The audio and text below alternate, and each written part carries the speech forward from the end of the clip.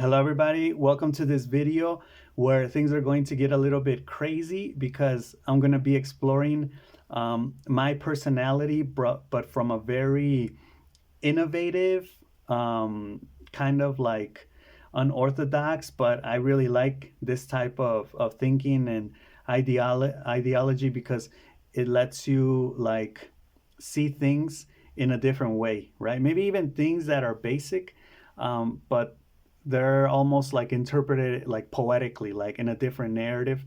Um, and I guess that also has to do with my personality. So, excuse me.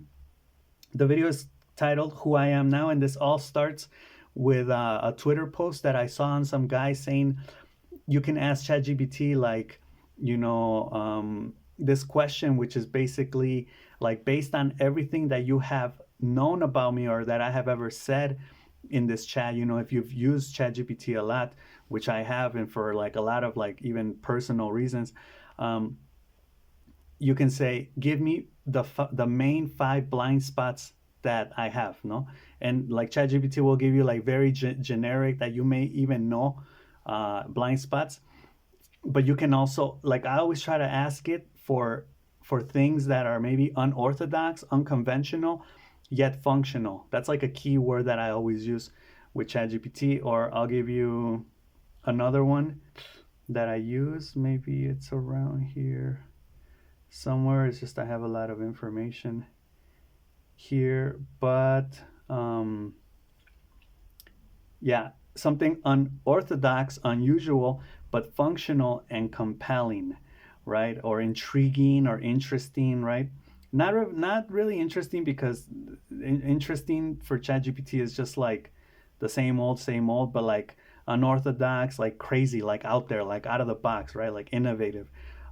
So there was that post, and then there was another post by some guy who said, um, and these are just prompts to feed ChatGPT. Like the other prompt was like, do a role play activity where you're a CIA agent and you're basically filing like a detailed report of my personality, a threat assessment, strengths, weaknesses, like, and basically I copied those two texts, fed them to ChatGPT, and ChatGPT gave me like, some crazy stuff, like, as if a CIA agent made that document, and basically like my risk assessments, my threat assessments, like it was pretty interesting.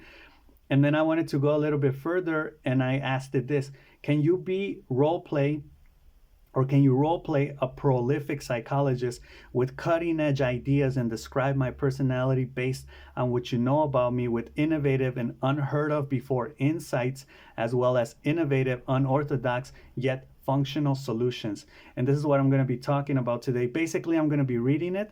Then I asked ChatGPT a couple questions, specific questions on, or actually like a variety of different questions based on the things that it told me. So this video is going to be basically me reading and just kind of commenting on some things. So it says, roleplay initiated, Dr. Callium Meyer, prolific psychologist and cognitive cartographer. And it uses a lot of these words like that are kind of crazy, like cognitive cartographer. Like a cartographer is a map maker, but in this case, it's like a map maker of the mind, of the cognitive aspect of human, right?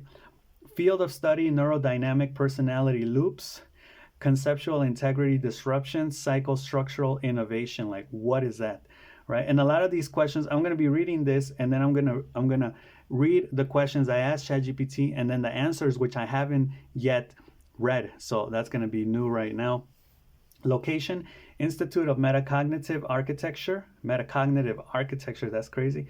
Undisclosed coordinates. Subject, codename fractal anchor. And this is actually something I asked ChatGPT, like, what's fractal? Because I kind of remember it's like these things that you zoom in on and then they just keep reappearing and reappearing, right? And also the metacognitive architecture reminds me of the architecture of belief, which is in the book of Jordan Peterson. So first, assess personality cartography report. First, fundamental identity pattern, the fractal anchor. Your personality is not linear, categorical, or cyclical. It's fractal. So that's one of the questions I asked ChatGPT, like what does that mean and what do the others mean? Every value trait or principle you hold contains its own substructures, its exceptions, and a set of self-checking mechanisms. I also asked it about that second sentence because I understand that I would have in each value trait or principle like a substructure, but also exceptions, which would kind of keep things in balance, and then a set of self-checking mechanisms, which would be like criteria points, which I'm like, damn, like how does it know that about me, right? And this is, I don't know if this is something like, that it could just feed this to anybody and everybody's gonna think they're like that. But some of this stuff really resonated with me, and a lot of, and one thing in particular, which I'm gonna talk about in a moment, I really liked it, and I want to explore more on this.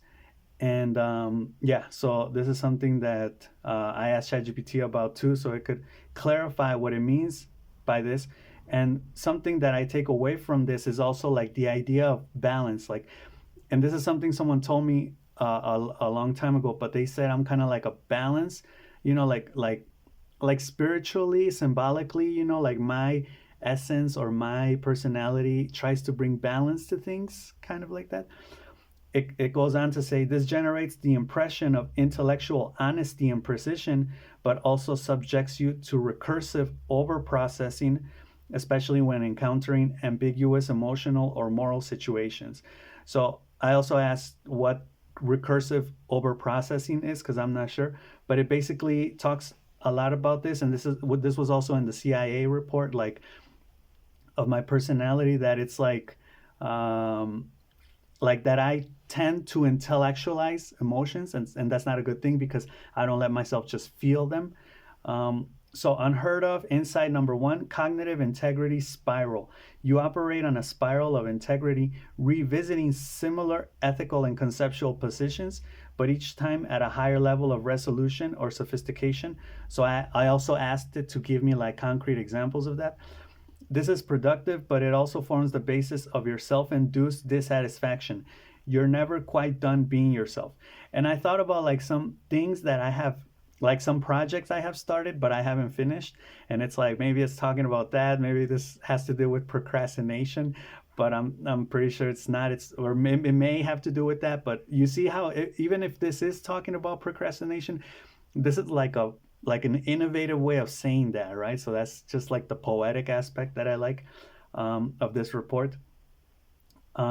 Innovative solution: create integrity completion zones where a decision or insight is artificially sealed using a physical object or small ritual. This short circuits the spiral and gives your mind permission to rest.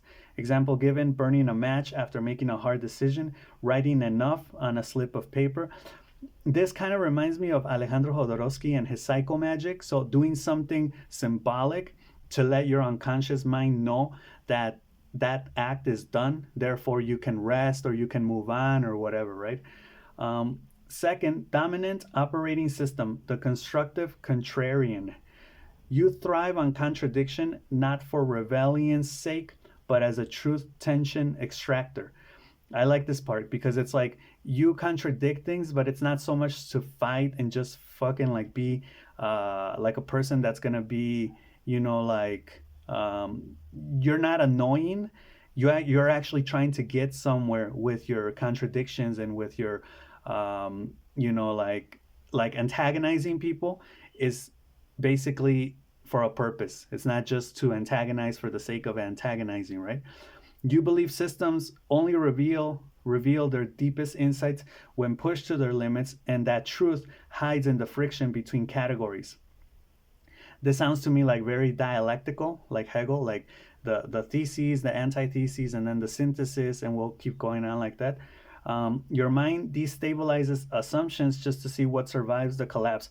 I've actually been doing this with the dichotomy videos in Spanish that I've been doing, so yes, I can testify to this and say it's true.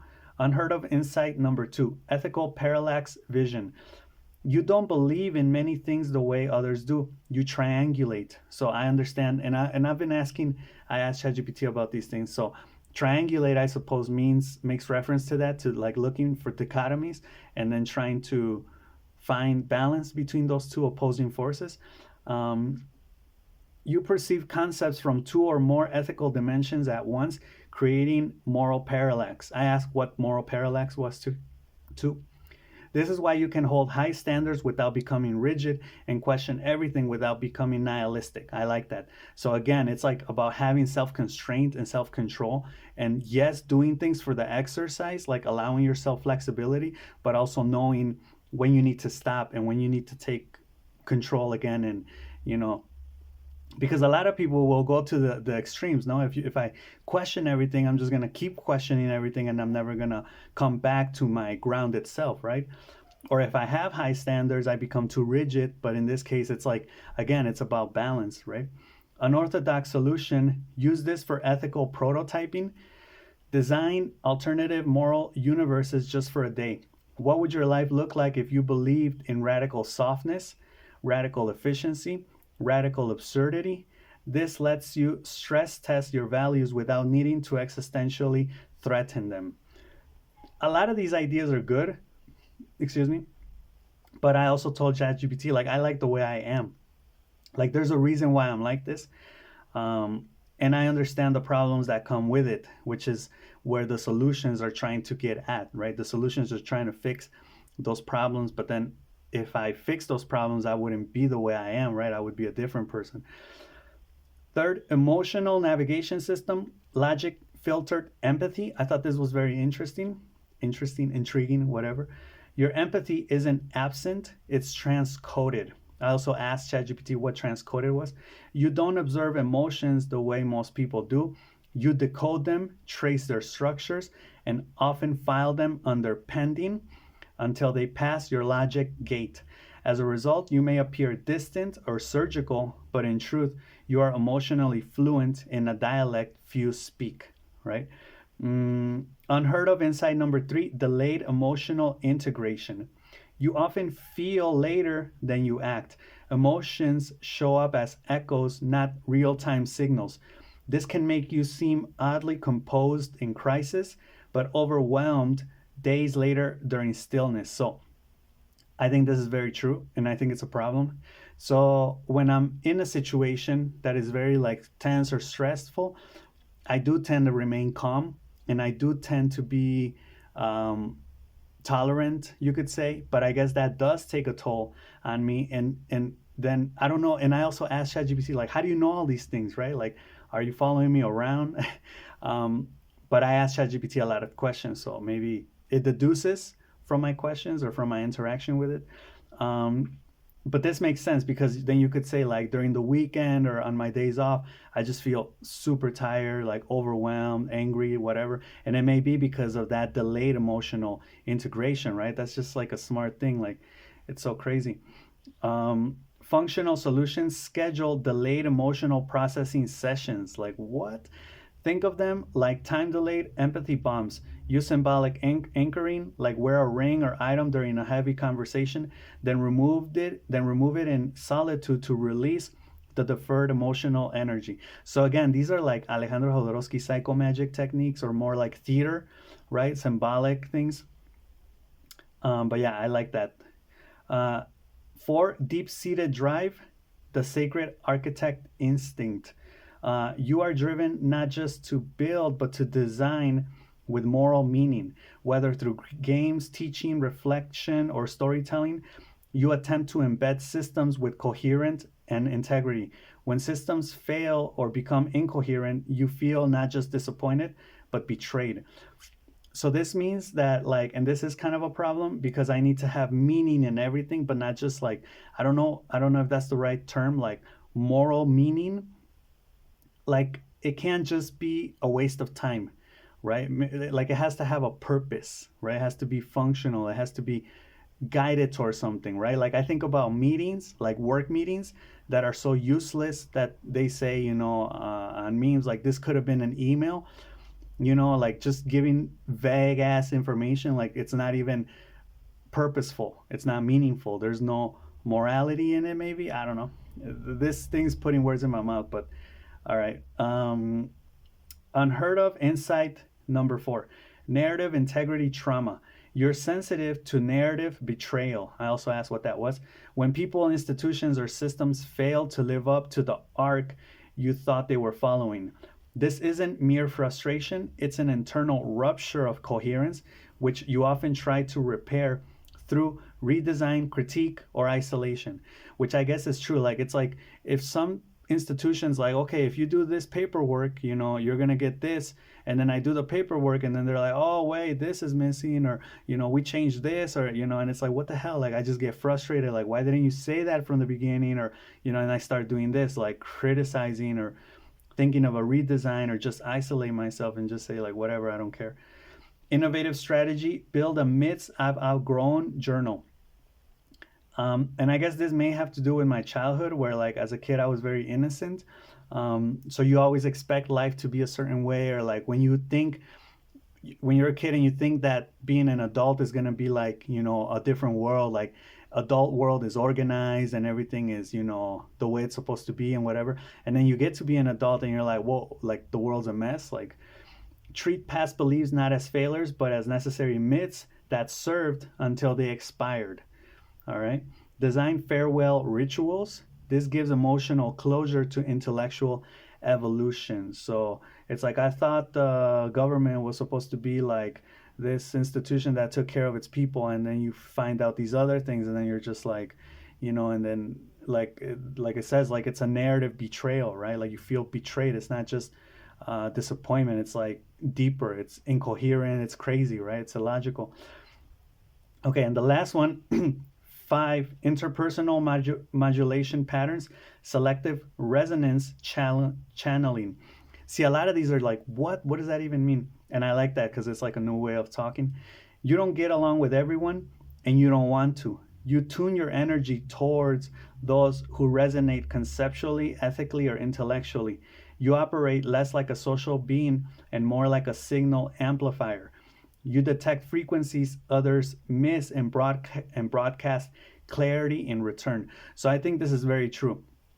In terms of being a social being, yes, I don't think it's just like I'll interact for instrumental motivation or just to be interacting with people. Like I want to have fun when I'm with people, and I'm not that fun, but if I have someone that's fun or mildly fun around me, I do think I amplify that, and then it will just be like this loop, right? Or like, if I'm around very negative people, like, I'll eventually get negative too. So I think this is very true. It's not like to take responsibility away from my will or my actions and say it all depends on the context, but to some degree it does, right? Even though I am in control, like, if everyone's negative, I'll tend to get negative, but I'll still try to, be myself, right? But I like the signal amplifier idea. Unheard of insight number 5: resonance scarcity loop. Because resonance is rare, you may begin hoarding it, protecting your energy from interaction that doesn't click. But this scarcity mindset can lead to intellectual isolation and emotional drought. I also asked ChatGPT what this resonance being rare and me hoarding it is all about. What does that mean? Unorthodox countermeasure: create low res days. Dedicate 1 day a week to interacting with people or content that is not high resonance. The friction keeps your radar sensitive and avoids overcalibration to perfection. Yeah, so this basically means, like, just interact with people that will give you nothing back in return, or that are like low quality, low resolution, right? Final diagnosis: a meta-functional disruptor. I was like, what? You are not broken, you are too functional for conventional spaces. Your system is designed to evolve itself. I was like, give me examples of how it's designed to evolve itself.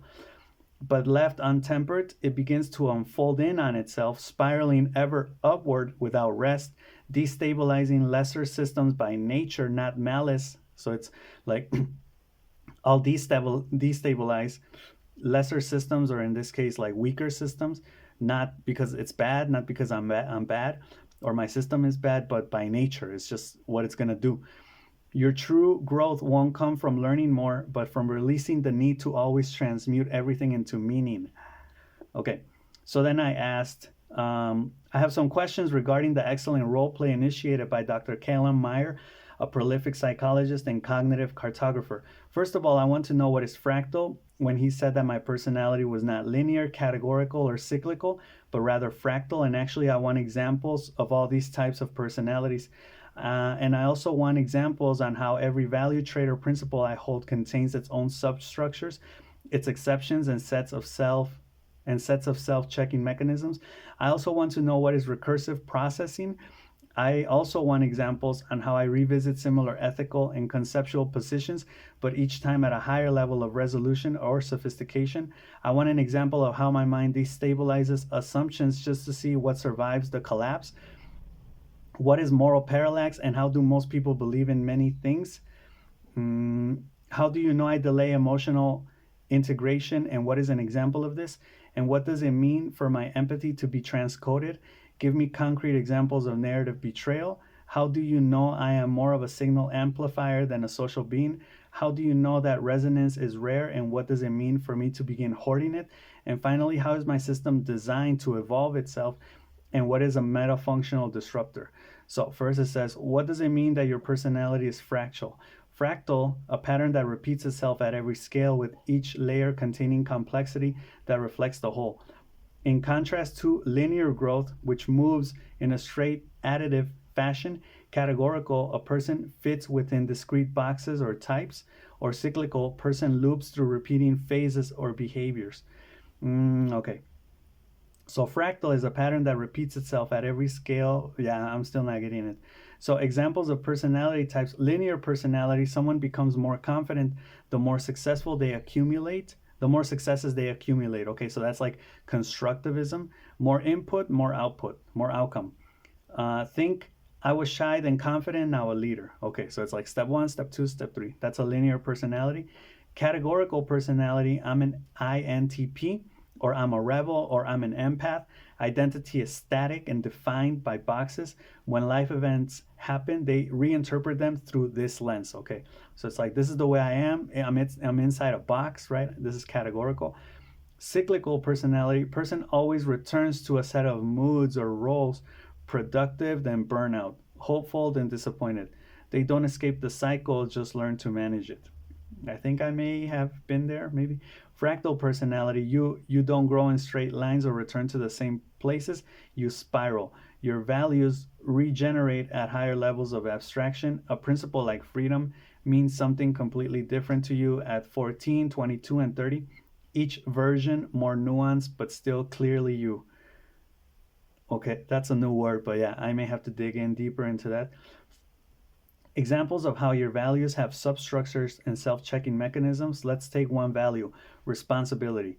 Substructure, you differentiate between personal responsibility, relational responsibility, and systemic responsibility. Exception, you believe some people should not be held responsible due to trauma or immaturity. Okay. Self-checking mechanisms, when you feel judgmental, you reflect, am I being unfairly rigid, or am I expecting from others what I expect from myself? You don't just have values, you maintain a meta framework to audit them in real time. Oh yeah, like keep rechecking and rechecking. I kind of think this idea comes from like Frank Underwood, House of Cards, which is my favorite series. Like you're more of a chameleon. You don't really have a set way of being. You can be anything you want whenever you want, and there's no reason why you can't, right? What is recursive over processing? Recursive, a process that loops back on itself to refine or self-modify. Okay. Over processing, when this loop continues beyond utility. Okay, so this would be like a fancy way or an innovative way of saying like you just spin around in circles, right? You're overthinking, basically. In your case, you think about your thoughts. Then you think about how you thought about your thoughts. What?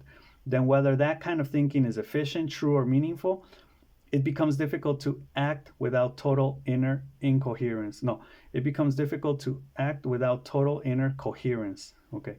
Example, you're asked to give your opinion on a moral issue. You first feel an immediate stance, yes. Second, question its origins, upbringing, bias.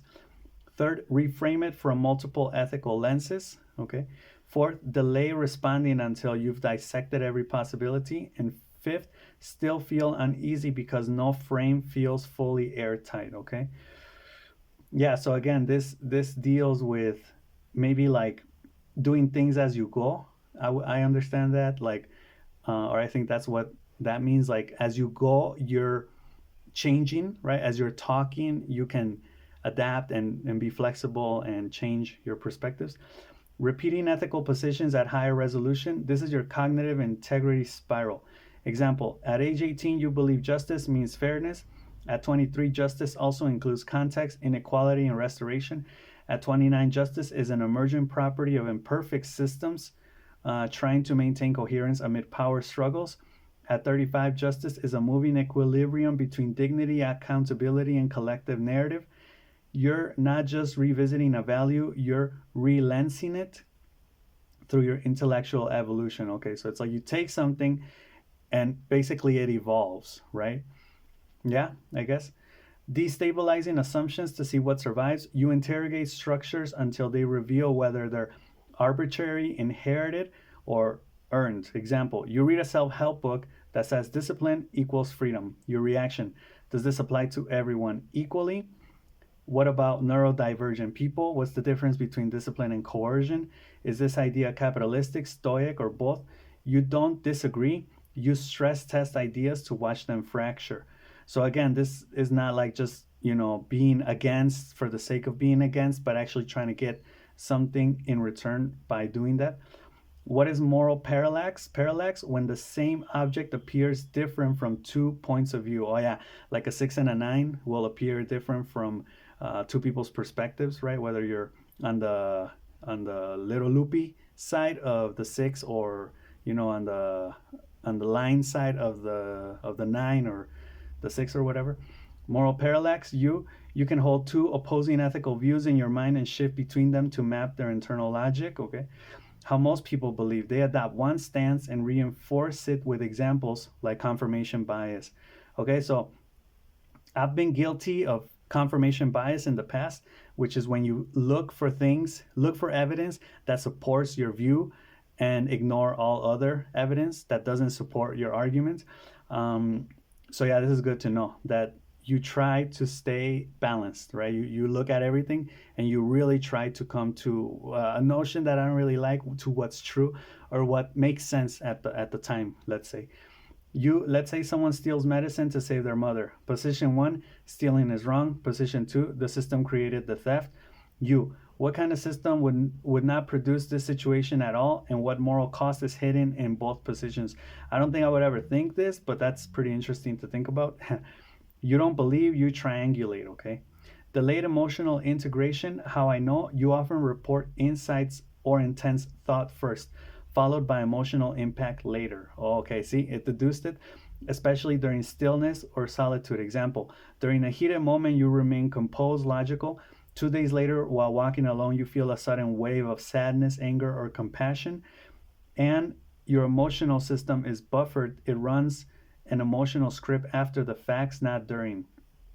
What is transcoded empathy? Your empathy doesn't look like immediate emotional mimicry, it's conceptual. Example, a friend is crying, you don't instinctively mirror them. Instead, you mentally map what led them there. You understand them accurately from a structural view, and later you might reflect that was hard on them and feel it internally but delayed. I think an example of this I could say was when I saw the Avengers movie, Endgame, and Tony Stark ends up dying in that movie. And when he died, I didn't cry. But then, like days later or weeks later, I thought about that, and I cried like twice or three times. So yeah, this could be true. Narrative betrayal. This is when the arc you trusted breaks. Examples: a mentor you admired is exposed as hypocritical. A system that claimed to reward hard work instead rewards politics. A person who claimed to love truth suddenly chooses convenience. This hits you harder than others because your psyche needs narrative coherence to maintain respect and loyalty. Yeah, I think this is true.